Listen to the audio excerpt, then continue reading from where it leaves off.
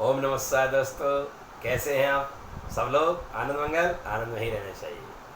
आजा भाइयों बहनों, आज हम चर्चा करेंगे। श्राद्ध पक्ष आ गए हमारे जीवन में। श्राद्ध पक्ष का बहुत बड़ा महत्व है भाइयों बहनों।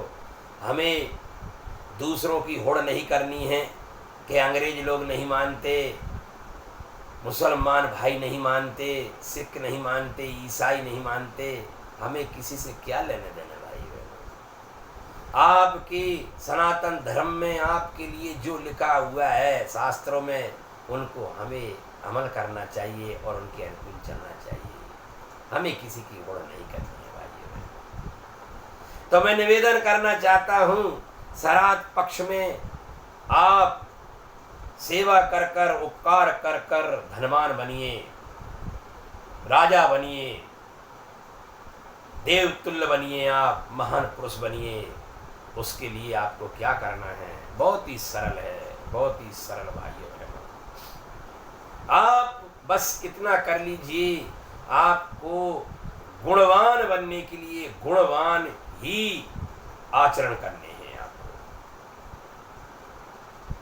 सर्वप्रथम आपके जीवन में दूसरों की सेवा करने का ही भाव होना चाहिए।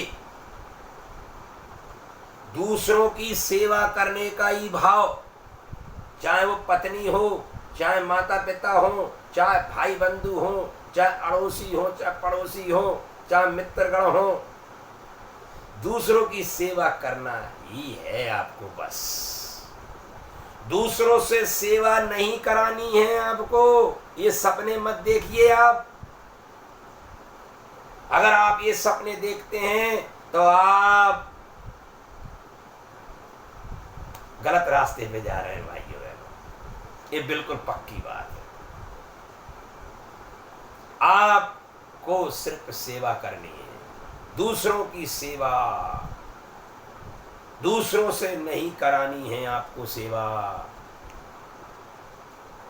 उदाहरण पर हमारे भगवान राम को देख लीजिए, उन्होंने किसी से सेवा नहीं कराई भाइयों बहनों, दूसरों की सेवा में अपना जीवन बिताया।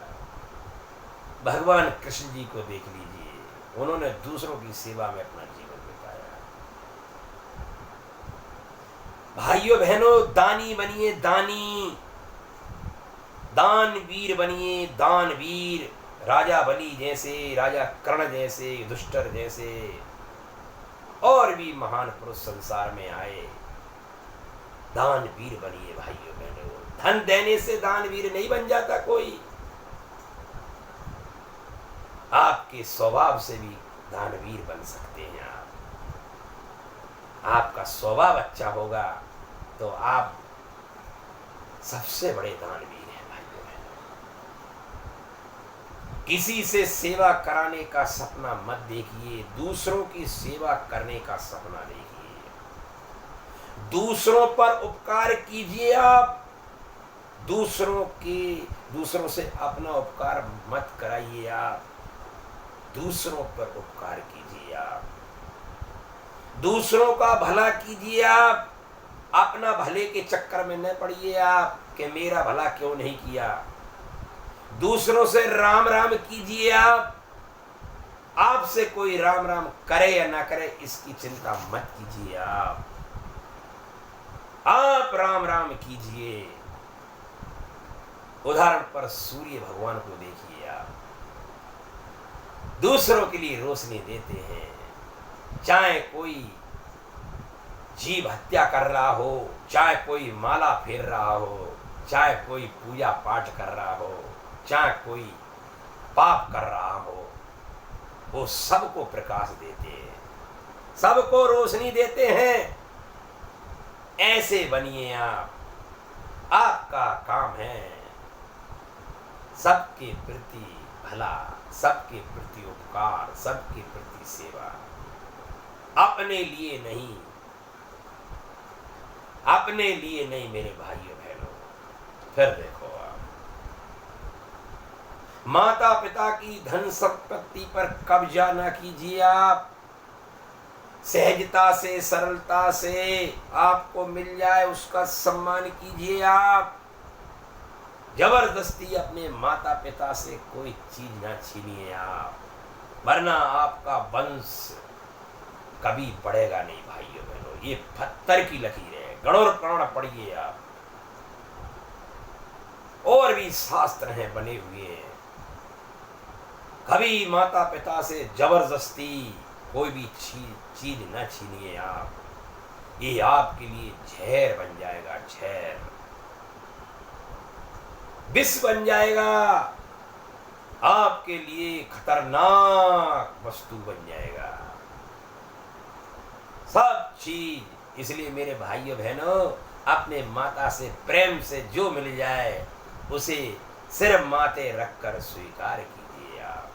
अगर आप पितरों से कुछ फायदा लेना चाहते हैं, लाभ प्राप्त करना चाहते हैं, भाइयों बहनों, श्राद्ध पक्ष, पितृ पक्ष भगवान ने ऐसे ही नहीं बनाए, इसका बहुत बड़ा महत्व है भाइयों बहनों, बहुत बड़ा महत्व है। आप सब जानते हैं शरीर नश्वर है, शरीर नश्वर है, मल मूत्र का पिंड है भाइयों बहनों, लेकिन अजर अमर अविनाशी पवित्र पुण्यात्मा आप हैं भाइयों बहनों। आपको अस्त्र शस्त्र काट नहीं सकते, आग्नि जला नहीं सकती, जल आपको गला नहीं सकता। आप अमर हैं, नित्य हैं, सदा रहेंगे। तो ऐसे ही पितर भी आपके सदा हैं, सदा रहेंगे, ये बिल्कुल पक्की बात है। लेकिन हमारे पाप कर्म हमको नरकों में धकेल देते हैं और हमारा जीवन नरक में ही हो जाता है। हमें ना नरक की आस रखनी है ना स्वर्ग की, हमें तो परमात्मा के चरणों की आस रखनी है, ईश्वर की आस रखनी है, ईश्वर में मिलना है भाई। उसके लिए हमें उपकारी बनना है। मैं बार बार आपसे निवेदन करना चाहता हूं, आपकी कोई मदद करे ना करे, आप मदद कीजिए, शत्रु की भी मदद कीजिए। आप